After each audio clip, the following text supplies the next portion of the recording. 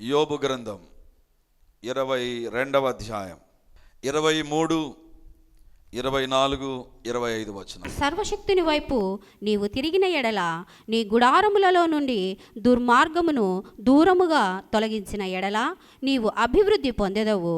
మంటిలో నీ బంగారమును, ఏటి రాళ్లలో ఓఫీరు సువర్ణమును పారవేయుము.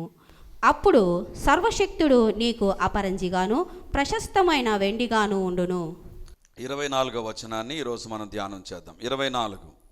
మంటిలో నీ బంగారమును, ఏటి రాళ్లలో ఓఫీరు సువర్ణమును పారవేయుము. మరొకసారి, మంటిలో నీ బంగారమును, ఏటి రాళ్లలో ఓఫీరు సువర్ణమును పారవేయుము.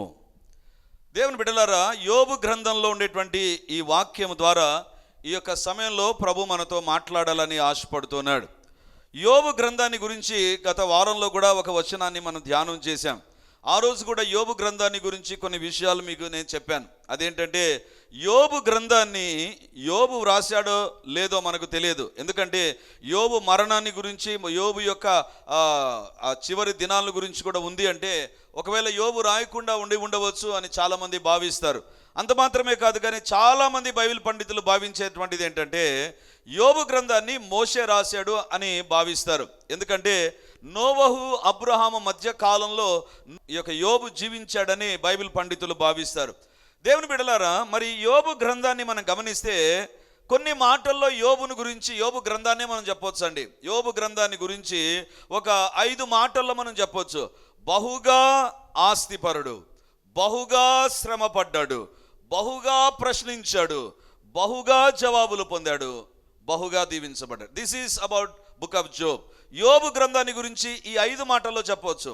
1, బహుగా ఆస్తిపరుడు యోబు. 2వదిగా, బహుగా శ్రమ పొందినటువంటి వ్యక్తి. 3వదిగా, బహుగా ప్రశ్నించినటువంటి వ్యక్తి. 4వదిగా, బహుగా జవాబులు పొందినటువంటి వ్యక్తి. 5వదిగా, బహుగా ఆశీర్వదించబడినటువంటి వ్యక్తి.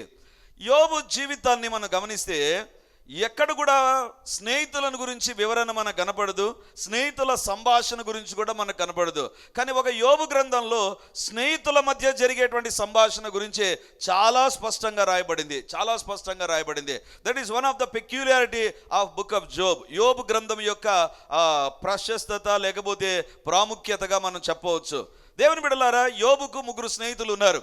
ఈ 3 స్నేహితుల్లో ఒకరి పేరు ఎలీఫజు, బిల్దదు అండ్ జోఫర్. ఈ 3 యోబు యొక్క స్నేహితులు. వాళ్ళు కూడా ఆస్తిపరులే. కానీ వీరు యోబును ప్రశ్నించారు, యోబుతో కొన్ని మాటలు మాట్లాడారు, యోబును గురించి వాళ్ళు దుఃఖించారు, యోబును గురించి వాళ్ళు చాలా ఆలోచన చేశారు. యోబుకి ఎందుకు ఈ రకంగా జరిగింది? బహుగా ఆస్తిపరుడు, బహుగా హింసించబడ్డాడే, ఏంటి కారణమని యోబును గురించి వాళ్ళు ఆలోచన చేసి చివరిగా యోబును వాళ్ళు అనేకమైన నిందలు మోపారు. అందులో ఒక వ్యక్తి పేరు తేమానీయుడైన ఎలీఫజు. ఆ ఎలీఫజు చెప్పిన మాటనే ఈరోజు మనం ధ్యానం చేయబోతున్నాం.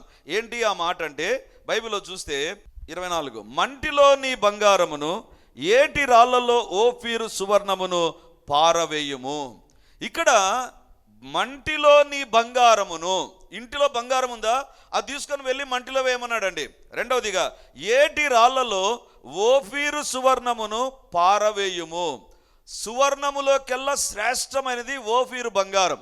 ఈ ఓఫీరు బంగారాన్ని ఏమంటున్నాడంటే, తీసుకొని వెళ్ళి ఎక్కడ పడేయాలంట? బైబిల్లోనే వ్రాయబడింది కదా, ఏటి రాళ్లలో. ఎవరు ఉండరు, ఎవరు పట్టించుకోరు, పాచిపట్టి ఏదో కప్పలు లేకపోతే ఆ సముద్రంలోని జీవరాశులు తిరిగేటువంటి ఆ రాళ్ళ దగ్గర పడేయమన్నాడండి. ఏంటి ఎందుకు బంగారం, ఇంట్లో ఉండేటువంటి బంగారాన్ని తీసుకొని పడేయమంటున్నాడు? అంటే యోబు దగ్గర బంగారం ఉంది, యోబు దగ్గర కావలసినంత ఓఫీరు బంగారం కూడా ఉంది. ఈ బంగారాన్ని తీసుకొని వెళ్ళి ఏమంటున్నాడంటే, నువ్వు తీసుకొని వెళ్ళి ఈ బంగారాన్ని మంటిలో వేసేసేయి, లేదా సముద్రం దగ్గర ఉండే రాళ్ళలో వేసేయి అంటున్నాడు. దేవుని బిడలారా, ఈరోజు దేవుని యొక్క వాక్యంలో నుంచి బంగారము కంటే విలువ కలిగినవి మన జీవితాల్లో ఉన్నాయి. బంగారము కంటే విలువ కలిగిన మన జీవితాల్లో మనం తెలుసుకోవాలి. వాటిని గురించే ఈరోజు దేవుని యొక్క వాక్యంలో నుంచి మనం చూడబోతుంటున్నాం. చాలా సందర్భాల్లో మనం అనుకుంటాం బంగారం ఉండాలి. ఎందుకు బంగారానికి అంత విలువ అంటే, అది డైరెక్ట్గా అవైలబుల్గా ఉండదండి లోకంలో. ఇప్పుడు పండ్లు చూసే డైరెక్ట్గా అవైలబుల్గా ఉంటాయి, రాళ్ళు డైరెక్ట్గా అవైలబుల్గా ఉంటాయి, లేకపోతే కొమ్మలు డైరెక్ట్గా అవైలబుల్గా ఉంటాయి. కానీ బంగారం అవైలబుల్గా ఉండదు డైరెక్ట్గా. బంగారము చాలా చాలా ఎక్కడో గనుల్లో ఉంటుంది, దాన్ని తవ్వి కెమికల్ ప్రాసెస్ గుండా తీసుకొని వెళ్ళి ఆ తర్వాత బంగారాన్ని బయట తీసుకురాలి. అందుకే బంగారం విలువ కలిగింది. రెండవదిగా, బంగారముకు ఏ సందర్భంలో కూడా తుప్పు పట్టదు, అది చెడిపోదండి. బంగారం చెడిపోనటువంటిది బంగారం అండి. కాబట్టి బంగారాన్ని చాలా విలువ కలిగిందిగా భావిస్తారు. మూడవదిగా చూస్తే ఒక దేశం కానీ ఒక వ్యక్తి కానీ ఉన్నత స్థితిని చూపించడానికి బంగారాన్ని చెప్తారండి. బంగారం నిల్వల గురించి మాట్లాడతారు. అందుకే మనం కువైట్ దేశాన్ని లేకపోతే అరబ్ కంట్రీస్ గురించి విన్నప్పుడు అక్కడ బంగారం చాలా విస్తారంగా ఉంటుంది. ఎందుకంటే వాళ్ళ దగ్గర అంత బంగారం ఉంది కాబట్టి we give value for that country. ఆ దేశానికి విలువనిస్తాం, ఆ దేశానికి విలువనిస్తాం. పైనుంచి కింది వరకు ఈ దినాల్లో మొగలు కూడా వేసుకుంటున్నారు బంగారం. ఇంతింతలా చైన్లు, 10 వేలకు 10 ఉంగరాలు వేసుకొని ప్రభుత్వం కూడా చెప్పింది ఒక 2 కేజీల వరకు మీరు వేసుకోవచ్చు. ఎన్ని కేజీలు? 2 కేజీల వరకు మొగోళ్ళు వేసుకుంటారు. ఆడోళ్ళు తులాలు వేసుకుంటే మొగోళ్ళు ఇది నాన్న వాళ్ళకి ఏం కాలం వచ్చిందో కానీ 2 కేజీలు బంగారం వేసుకొని తిరుగుతున్నారు. చేతుల నిండా మెడ నిండా తర్వాత బంగారం వేసుకొని తిరుగుతూ ఉంటున్నారు. ఎందుకు అంటే బంగారం ఒక గుర్తింపునిస్తుంది, బంగారం ఒక ప్రత్యేకతనిస్తుంది. అమ్మో బంగారమే అంటే ఇక్కడ మెడపైన చేతిపైన ఇంత బంగారం ఉంటే ఇంకా బీరువాలో ఎంత ఉంటుందో బ్యాంకులో ఎంత ఉంటుందో అని ఆ వ్యక్తికి విలువనివ్వడం ప్రారంభిస్తాం. దేవుని బిడ్డలారా, అలాంటి బంగారాన్ని తీసుకొని వెళ్ళి ఏం చేయాలంట నువ్వు తీసుకొని వెళ్ళి ఆ బంగారాన్ని తీసుకొని వెళ్ళి నువ్వు చేయాల్సిన పని ఏంటంటే మట్టిలో పడే అన్నాడు. అలా దేశానికి విలువనిచ్చేటువంటి బంగారం, కుటుంబానికి విలువనిచ్చేటువంటి బంగారం. అంటే పెళ్లిలో కూడా ఏమిస్తారండి? కట్న కానుకలుగా అంటే నేను కట్నం ఇవ్వమని చెప్పడం లే, ఎగ్జాంపుల్ చెప్తుంటున్నా. అంటే వాక్యంలో చెప్పాడు కదా, ఇంకా సుధీరన్న చర్చికి వస్తే కట్నం తీసుకోవచ్చా అనేటువంటిది అలాంటి ట్రోలింగ్స్ ఏమొద్దు. ఒకటి దేవుని బిడలగా నువ్వు ప్రేమ కలిగిన వ్యక్తిగా ఉంటే నీవే ఒక బంగారం, నీవే ఒక దేవుని బిడ్డగా నువ్వు కనబడతావు. సరే, ఇక్కడ బైబిల్లో మనం చూస్తే నీ బంగారాన్ని తీసుకొని మంటిలో వేయమన్నాడు. నీ బంగారాన్ని తీసుకొని, అది కూడా ఓఫీరు బంగారాన్ని తీసుకొని వెళ్ళి సముద్రం దగ్గర ఉన్న రాళ్ళలో వేయమన్నాడు. నాకు అనిపించింది ఎందుకు ఆ మాట రాయబడింది. ఒకవేళ ఈ యొక్క స్నేహితుడైనటువంటి తేమానీయుడైనటువంటి ఎలీఫస్ చెప్పాడు అనుకుందా, పరిశుద్ధ గ్రంథంలో ఎందుకు ఆ మాట రాయబడింది? Why Bible is mentioning about that sentence? దేవుని బిడలారా, బైబిల్లో మనం చూస్తే అదే వచనం కింద అంటాడు, 25వ వచనం, అప్పుడు సర్వశక్తిమంతుడు నీకు అపరంజిగాను ప్రశస్తమైన వెండిగాను ఉండును. సర్వశక్తుడు ప్రశస్తమైన బంగారముగా ప్రశస్తమైన వెండిగా ఉంటాడు. సర్వశక్తుడు అపరంజిగాను ప్రశస్తమైన వెండిగాను. అపరంజి అంటే కూడా అదొక రకమైనటువంటి శ్రేష్టమైనటువంటి బంగారమే. దేవుని యొక్క బంగారం వేరు, మనుషుల దగ్గర ఉండేటువంటి బంగారం వేరు. దేవుని దృష్టిలో ఉండేటువంటి బంగారం వేరు, మనుషుల దృష్టిలో ఉండేటువంటి బంగారం వేరు. మనుషులు ఇచ్చేటువంటి విలువ బంగారం ఒక రకంగా ఉంటే దేవుడు ఆ బంగారానికి వేరొక రకమైనటువంటి విలువ గుర్తింపు ఇచ్చినట్లుగా మనం చూస్తాం. దేవుని బిడ్డలారా, ఒక వ్యక్తి జీవితంలో బంగారం ఉంటే ఏ రకంగా విలువ గుర్తింపు, లేకపోతే ఆశీర్వాదాలు ఉన్నాయనుకుంటామో, దేవుని దీవెనలు ఉన్నాయనుకుంటామో, లేకపోతే ఎంతగా దేవుడు దీవించాడు అని బంగారం గురించి మనం చెప్తామో, ఈ బంగారం కంటే విలువైనవి ఉన్నాయండి. వాటిని గురించే ఈరోజు దేవుడు మనతో మాట్లాడాలని కోరుతున్నాడు. నీ దగ్గర బంగారం లేకపోవచ్చు, నీ ఒంటి మీద నీ యొక్క ఇంటిలో బంగారం లేకపోవచ్చు, but if you have these 5, ఈ 5 బంగారం కంటే శ్రేష్టమైనవి నీ జీవితాల్లో ఉంటే you will be the blessed person. నీవు ఆశీర్వదించబడిన వ్యక్తివి. చాలా సందర్భాల్లో మనం అనుకుంటాం మనల్ని దేవుడు బంగారంతో దీవించలేదు కదా, బంగారము కంటే విలువైనవి ఉన్నాయి, అవి దేవుడు మనకి ఇవ్వాలని కోరుతున్నాడు, అవి దేవుడు మనల్ని ఆ రకంగా దేవుడు మనల్ని దీవించాలని కోరుతుంటున్నాడు. దేవుని బిడ్డలారా, కానీ ఇవేంటి తెలుసా? ఇప్పుడు నేను చెప్పేవి పెళ్లికి ఇచ్చుకునేటువంటివి కాదు, ధరించుకునేటువంటివి కావు, లేకపోతే బ్యాంకులో కొదువు పెట్టుకునేటువంటివి కావు. ఎందుకంటే అవి దేవుని దృష్టిలో విలువ కలిగినవి, అది నిత్యత్వానికి సంబంధించినవి, ఎల్లప్పుడూ ఉండేటువంటివి. అంటే ఇవి ఎల్లప్పుడూ నీ జీవితాల్లో నీ వెంబడి వచ్చేటువంటివి. ఇవి వీటిని గురించి మనము దేవుని యొక్క వాక్యంలో మనం చూడబోతుంటున్నాం. దేవుని బిడ్డలారా, ఒకానొక సందర్భంలో ఒక కోటీశ్వరరాలు చనిపోయినప్పుడు ఆమె లైవ్ కార్యక్రమం టీవీలో వచ్చింది. ఎవరు అనేటువంటిది నేను చెప్పడం లేదు, కానీ లైవ్ కార్యక్రమం వచ్చిందండి. లైవ్ కార్యక్రమం వచ్చినప్పుడు అందరూ టీవీల దగ్గర కూర్చొని ఆమె యొక్క ఈ యొక్క ఫైనల్ జర్నీని అందరూ చూశారండి. కానీ విచిత్రం ఏంటి తెలుసా? చాలా పెద్ద ఇల్లు ఆమెకుంది, కానీ తీసుకొని వచ్చి ఒక వరండాలో పెట్టారండి. అప్పుడు దెర్ వాస్ ఎ కామెంట్, ఒక రకమైనటువంటి ఆలోచనతో కూడిన మాటలు బయటకు వచ్చాయి. ఇన్ని కోట్లు సంపాదిస్తే ఏమి, ఆమె శరీరం పైన బంగారం లేదు, కనీసం ఆమెను ఇంట్లోనైనా పెట్టారంటే ఇంట్లో కూడా పెట్టలేదు, వరండాలో పెట్టాడు. చనిపోయిన తర్వాత బంగారం కానీ చనిపోయిన తర్వాత ఆ వ్యక్తికి ఉండేటువంటి ఏవి కూడా ఆ వ్యక్తితో రావండి. దేవుని బిడ్డలారా, లోకంలో ఉండేటువంటి బంగారము కొద్ది దూరం వరకే నీతో వస్తుంది, కొద్ది వరకే నీతో ఉంటుంది. ఆ తరువాత ఆ బంగారముకు నీకు సంబంధం ఉండకపోవచ్చు. కానీ దేవుని యొక్క వాక్యంలో ఈరోజు బంగారము కంటేను, ఓఫీరు బంగారము కంటేను, అపరంజి కంటేను మించిన వాటిని గురించి ఈరోజు దేవుడు మనతో మాట్లాడాలని కోరుతున్నాడు. ఇవి మన దగ్గర ఉండాలి. నీ దగ్గర బంగారం లేకపోవచ్చు, నీ బంధువుల దగ్గర ఉండవచ్చు, నీవు బంగారం అడుగుతున్నా ఒకవేళ లేదని బాధపడుతున్నావేమో. God is going to encourage you this night. ఈ యొక్క సమయంలో దేవుడు నిన్ను బలపరచాలని కోరుతున్నాడు. ఏంటి అంటే, దేవుని దృష్టిలో బంగారము కంటే, అపరంజి కంటే, ఓఫీరు బంగారం కంటే విలువైనవి కొన్ని ఉన్నాయి. వాటిని గురించి ఈరోజు ప్రభు క్లుప్తంగా మనతో మాట్లాడాలని కోరుతున్నాడు. మార్కు సువార్త 8వ అధ్యాయం 36-37 వచనాలు మనం చదువుకుందాం. ఒకడు సర్వలోకమును సంపాదించుకొని తన ప్రాణమును పోగొట్టుకొనుట వానికేమి ప్రయోజనము? మనుష్యుడు తన ప్రాణమునకు ప్రతిగా ఏమి ఇయ్యగలుగును? చాలు. ఇక్కడ యేసు ప్రభు అంటున్నాడు, ఒకడు సర్వలోకమును సంపాదించుకొని. లోకంలో ఏమున్నాయండి? వెండి బంగారం ఉన్నాయి కదా, లోకంలో ఆస్తిపాసులు ఉన్నాయి, అంతస్తులు ఉన్నాయి. దేవుడు అంటాడు, ఒకడు సర్వలోకాన్ని సంపాదించుకున్నా. అంటే ఇంపాసిబుల్. సర్వలోకాన్ని ఎవడు సంపాదించుకోలేడు. అంటే ఒక ఇల్లు, ఒక ఎకరము, లేకపోతే 10 ఎకరాలు, 100 ఎకరాలు, 1000 ఎకరాలు, లేకపోతే ఒక రాష్ట్రమే, ఒక దేశమే. కానీ సర్వలోకం ఎవరి దగ్గర ఉండదండి. అయినా దేవుడు అంటాడు, ఒకడు సర్వలోకాన్ని సంపాదించుకుంటే ఆ సర్వలోకంలో ఏముంటుంది? ఖచ్చితంగా బంగారం ఉంటుంది. ఈ బంగారం ఉన్నప్పటికీ కూడా ఒకడు సర్వలోకమును సంపాదించుకొని తన ప్రాణమును పోగొట్టుకుంటే వానికి ఏం ప్రయోజనము? తెలుగు బైబిల్లో ప్రాణము అని ఉంది, ఇంగ్లీష్ బైబిల్ ఏమని ఉంటుంది తెలుసా? If the person loses his soul, అతడు తన ఆత్మను కోల్పోతే ఏం ప్రయోజనం?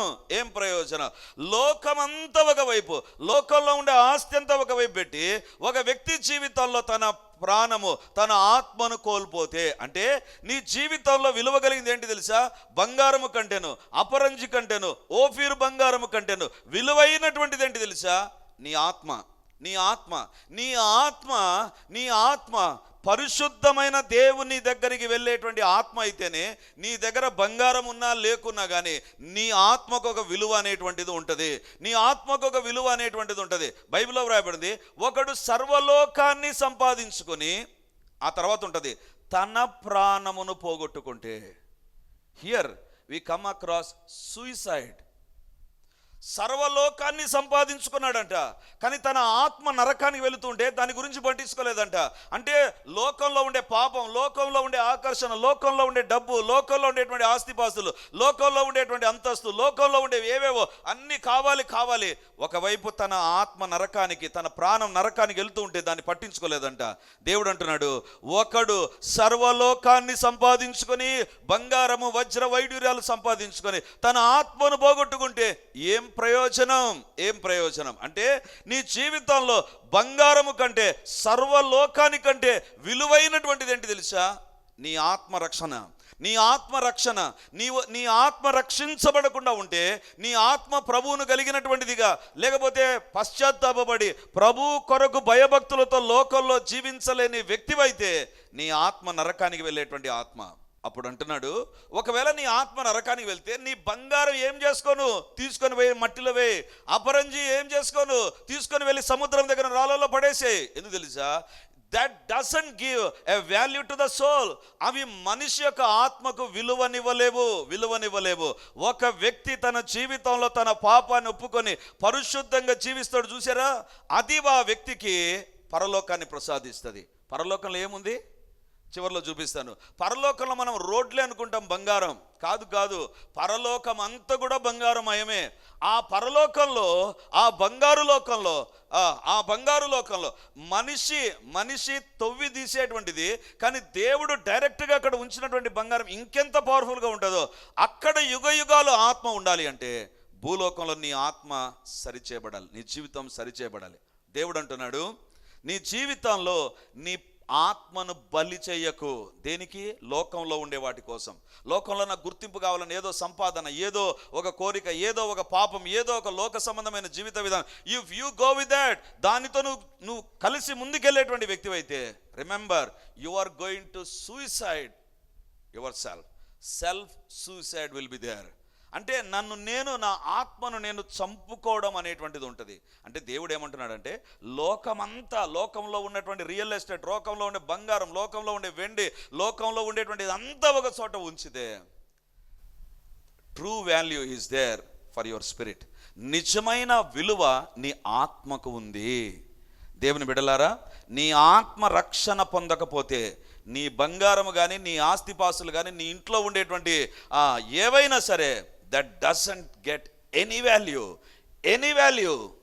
దేవుని బిడ్డలారా, మా నాన్న ప్రభునందు నిద్రించిన తర్వాత నేనేం చేశానంటే, మా నాన్న యొక్క బీరువా ఓపెన్ చేసి అందులోనే డ్రెస్, ఎందుకంటే మా బంధువులు వచ్చి అడిగారు, మీ నాన్న డ్రెస్ మాకు ఇవ్వ, మేము వేసుకుంటామని. సో మా నాన్న డ్రెస్ తీస్తూ ఉంటే కొన్ని నాకు దొరికాయి. ఎప్పుడో మా నాన్న కొన్నటువంటి బాండ్స్ దొరికాయి. ఎప్పుడో కొన్నాడు, చాలా ఉన్నాయి, బాండ్స్ ఉన్నాయి. ఆ బాండ్స్ అంటే అప్పుడు ఒక్కొక్క బాండ్ 5 రూపాయలు, ఇప్పుడు ఉంటే ఒక 100 రూపాయలు ఉంటుంది, ఒక 20-30 ఉన్నాయి బాండ్స్. కానీ మా నాన్న లేడు, కానీ మా నాన్న కొన్న బాండ్స్ ఉన్నాయి, కానీ మా నాన్నతో అవి వెళ్ళలా. నాకు అనిపించింది, మా నాన్న కష్టపడి సంపాదించిన డబ్బుతో బాండ్స్ కొన్నప్పటికీ కూడా అవి మా నాన్నతో వెళ్ళలా.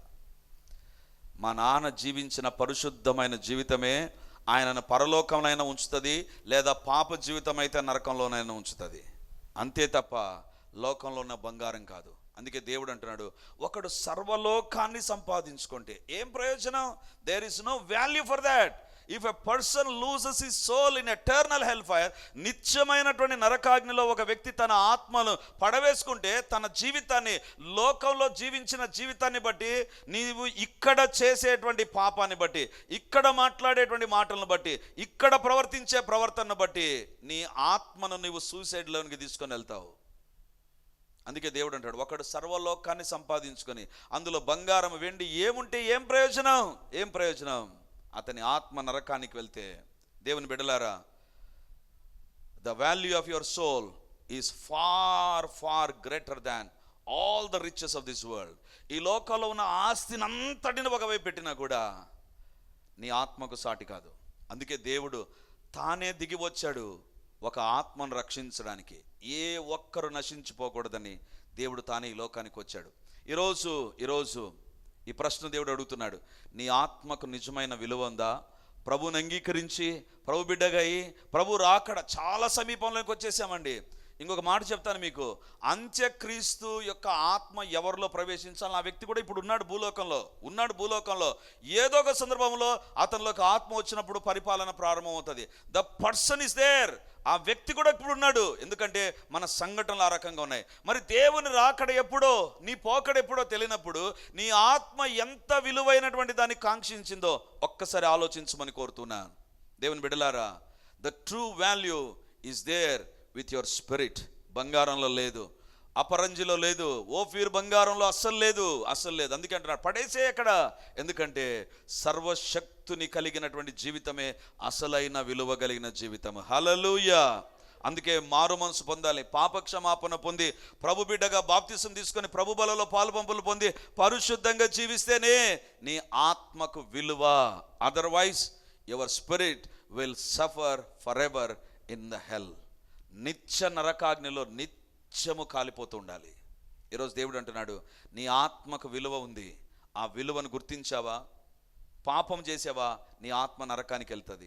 పరిశుద్ధంగా జీవిస్తూ ప్రభుని అంగీకరించావా? నీ ఆత్మ పరలోకంలో ఉంటుంది. వేల కొలది వెండి బంగారాలు నీ యొక్క ఆత్మ ఎదుట నిలబడలేవు. ఐఎమ్ సారీ, వేల కొలది కాదు, సర్వలోకము నీ ఆత్మ యొక్క విలువ ఎదుట నిలబడలేదు. అలాంటి విలువ కలిగింది దేవుడు నీకు ఇచ్చి ఉండగా నీ ఆత్మను గురించి ఆలోచన చేసావా? దేవుని బిడ్డలారా, కరోనా టైంలో ఎంతమంది మన ప్రియులు చనిపోలేదు. వాళ్ళకు దేవుడు వాళ్ళని పిలిచాడు. మనల్ని పిలవలేదంటే ఒకవేళ నువ్వు సిద్ధపడలేదేమో, నువ్వు ఇంకా నీ జీవితాన్ని మార్చుకోలేదేమో, ఇంకా లోకంలో తిరుగుతున్నావేమో, ఇంకా లోక ఆకర్షణలో ఉన్నావేమో. God gave you graciously so many chances. నీకు అవకాశాలు ఇచ్చి ఉండగా నీ ఆత్మను గురించి ఆలోచించి సరి చేసుకో జీవితాన్ని. దేవుని యొక్క వాక్యం చెప్తుంది, నీ దగ్గర ఉన్న బంగారాన్ని అది పడేసేయి, మన్నులో పడే. నీ దగ్గర ఉన్న అపరంజిని సముద్రం దగ్గర ఉన్న రాళ్ళలో పడేసే. ఎందుకు తెలుసా? దానికంటే విలువైనవి కొన్ని ఉన్నాయి. అందులో మొదటిది నీ ఆత్మ.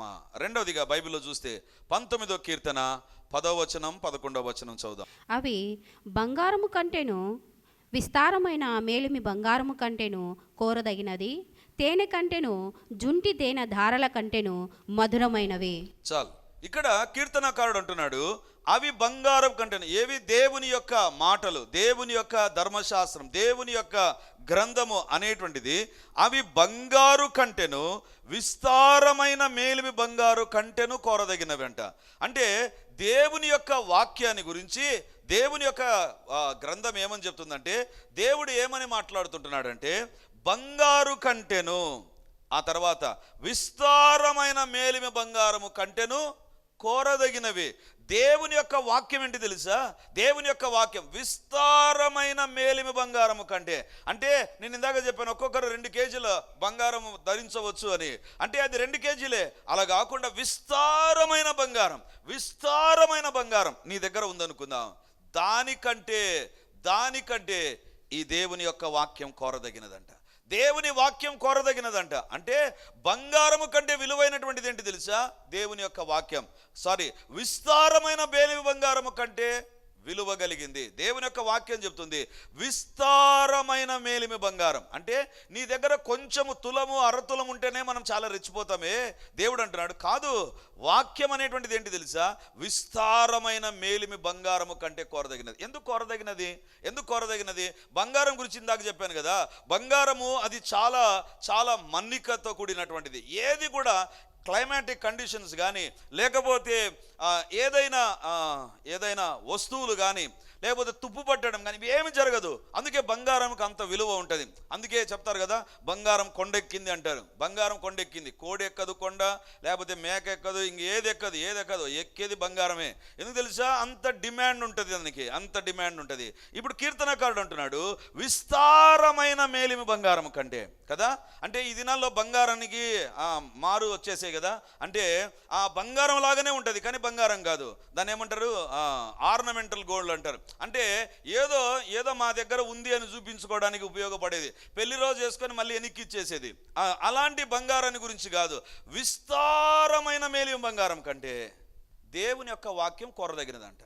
ఇక్కడ ఒక మాట చెప్పి ఎందుకు విస్తారమైన మేలిమి బంగారం కంటే కోరదగినది అనేటువంటిది చెప్తాను.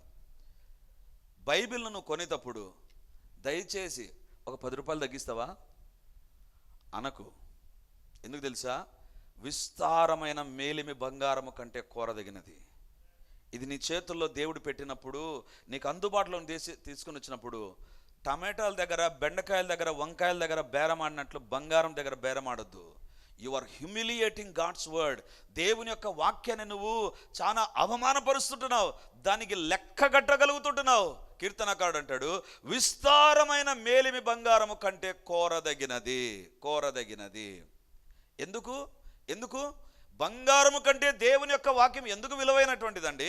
దేవుడు అంటాడు కదా, ఆకాశం భూమైనా గతించిపోతాయి కానీ నా వాక్యములోని పొల్లైనా సున్నైనా తప్పిపోదు. అంటే ఆకాశం భూమిలో ఏముంది? బంగారం ఉంటుంది. ఈ భూమిలో ఉండేటువంటి విస్తారమైన మేలిమి బంగారం అయినా పోతుందేమో కానీ నా వాక్యములోని పొల్లు కూడా తప్పిపోదంట, సున్నా కూడా తప్పిపోదు. అంటే the value of the word of God is like that. దేవుని యొక్క వాక్యం యొక్క విలువ ఎలాంటిది తెలుసా? ఆ వాక్యంలోని పొల్లైన సున్నైన తప్పిపోకుండా నెరవేరే శక్తి కలిగిన వాక్యం నీ చేతుల్లో దేవుడు పెట్టాడు, నా చేతుల్లో దేవుడు పెట్టాడు. దేవుని బిడ్డలారా, వెలగట్టలేని వాక్యాన్ని నువ్వు చదవగలుగుతున్నావా? విస్తారమైన మేలిమి బంగారం కంటే కోరదు. ఎందుకు తెలుసా? దావీదు తన జీవితంలో lowest of the lower levels చూశాడండి. చాలా తక్కువ స్థితిని చూశాడు, చాలా ఉన్నతమైన స్థితిని కూడా చూశాడు. ఇప్పుడు దావీదు అంటున్నాడు విస్తారమైన మేలిమి బంగారం నేను చూశాను, కానీ ఈ విస్తారమైన మేలి బంగారం కంటే కోరదగినది. ఎందుకు తెలుసా? ఇది గతించిపోనటువంటి వాక్యం, ఇది ఎప్పటికీ నిలిచి ఉండేటువంటి వాక్యం. It is not an outdated, it is not an outdated. పాత నిబంధన క్రొత్త నిబంధన గ్రంథం ఎప్పుడు తర్జుమాలో ఏదో మార్పులు వచ్చేసాయి కానీ ఒరిజినాలిటీ ఏం మారలేదు. ఎందుకు తెలుసా? You cannot have a versions. ఈ దినాల్లో మన సెల్ ఫోన్స్లో ఓఎస్ ఉంటుందండి. ఓఎస్ అంటే ఆపరేటింగ్ సిస్టమ్. ఇది దాన్ని బట్టే మన సెల్ పనిచేస్తుంది. ఈ సెల్ ఫోన్లో డిఫరెంట్ ఆపరేటింగ్ సిస్టమ్స్ వచ్చాయి. దానికి ఏమని పేరు పెడతారంటే వర్షన్ 1, 2, 3, 4. ఈ లేటెస్ట్ వర్షన్ ఏదైతే ఉంటుందో ఆ సెల్ ఫోన్ చాలా స్పీడ్గా ఉంటుందండి. అంటే పాత వర్షన్ సరిగా పనిచేయదు కాబట్టి కొత్త వర్షన్ తీసుకొని వచ్చా. పాత వర్షన్ వైరస్ అటాక్ చేస్తుంది, లేకపోతే నీ ఫోన్ హ్యాక్ చేయొచ్చు, ఏవేవో చేయొచ్చు. అందుకే ఏం చేస్తారంటే అప్డేటెడ్ వర్షన్స్ వస్తాయండి. కానీ మోషే ఇదే చదివాడు, ఇశ్రాయేల్ ఇదే చదివాడు, దావీదు ఇదే చదివాడు, పౌలు ఇదే చదివాడు. ఈరోజు నువ్వు కూడా ఇదే చదువుతున్నావు.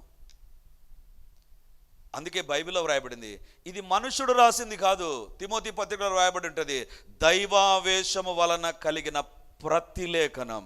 Every word, every sentence is inspired by the Holy Ghost. పరిశుద్ధాత్మ దేవుని యొక్క ప్రేరేపణతో రాయబడింది.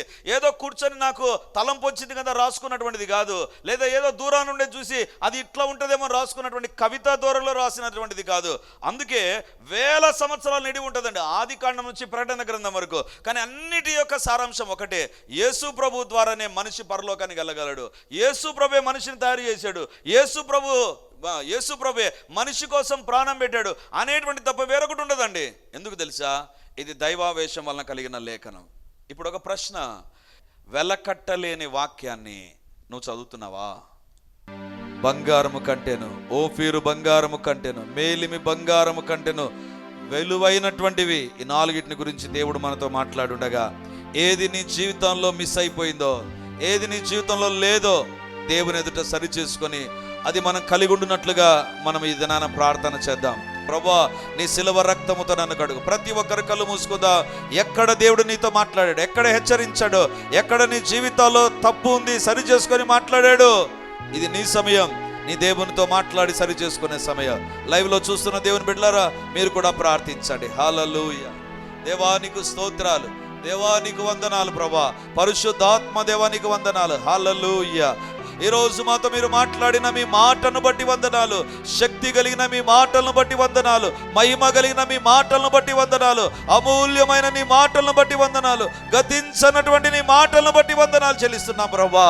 దేవా, మా జీవితాల్లో బంగారము కంటే తండ్రి, ఓఫీరు బంగారము కంటే, అపరంజి కంటే కోరదగినవి ఏవో, శ్రేష్టమైనవి ఏవో మీరు మాట్లాడారు ప్రభువా. అవును తండ్రి, సర్వలోకాన్ని సంపాదించుకుంటూ మా ఆత్మను మేము నరకానికి తీసుకొని పోయేటువంటి తండ్రి జీవిత విధానం మేము కలిగి ఉంటే నాయనా క్షమించండి. ఎవరు ఏ పాపమును బట్టి వాళ్ళ ఆత్మను నరకానికి నడిపించే వ్యక్తులుగా ఉన్నారో, సూసైడ్, సెల్ఫ్ సూసైడ్ నాయనా, స్పిరిచువల్ సూసైడ్ తండ్రి ఒక వ్యక్తి జీవితంలో జరుగుతుందని మీరు మాట్లాడారు ప్రభా.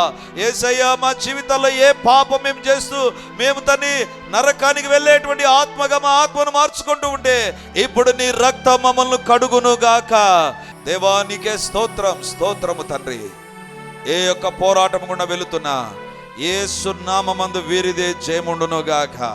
మా ప్రతి పోరాటంలో మాకు జయము కలుగుతూనే ఉండును గాక.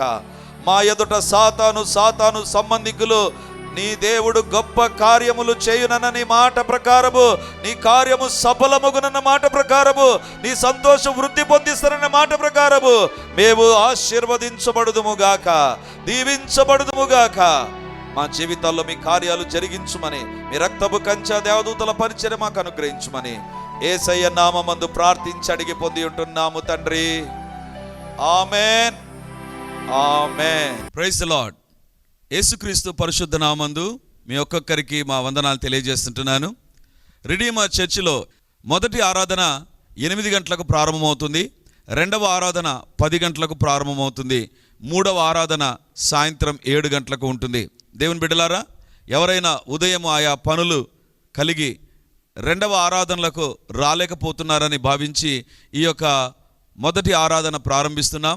సో ఈ యొక్క అవకాశాన్ని సద్వినియోగం చేసుకొని దేవుని యొక్క సన్నిధికి వచ్చి దైవ దీవెనలు మీరు పొందాలని కోరుతున్నాం. మొదటి 2 ఆరాధనలు మాత్రమే ప్రభు బల్ల ఉంటుంది కాబట్టి సిద్ధపడి దేవుని సన్నిధికి రమ్మని మిమ్మల్ని కోరుతూ ఉన్నాను.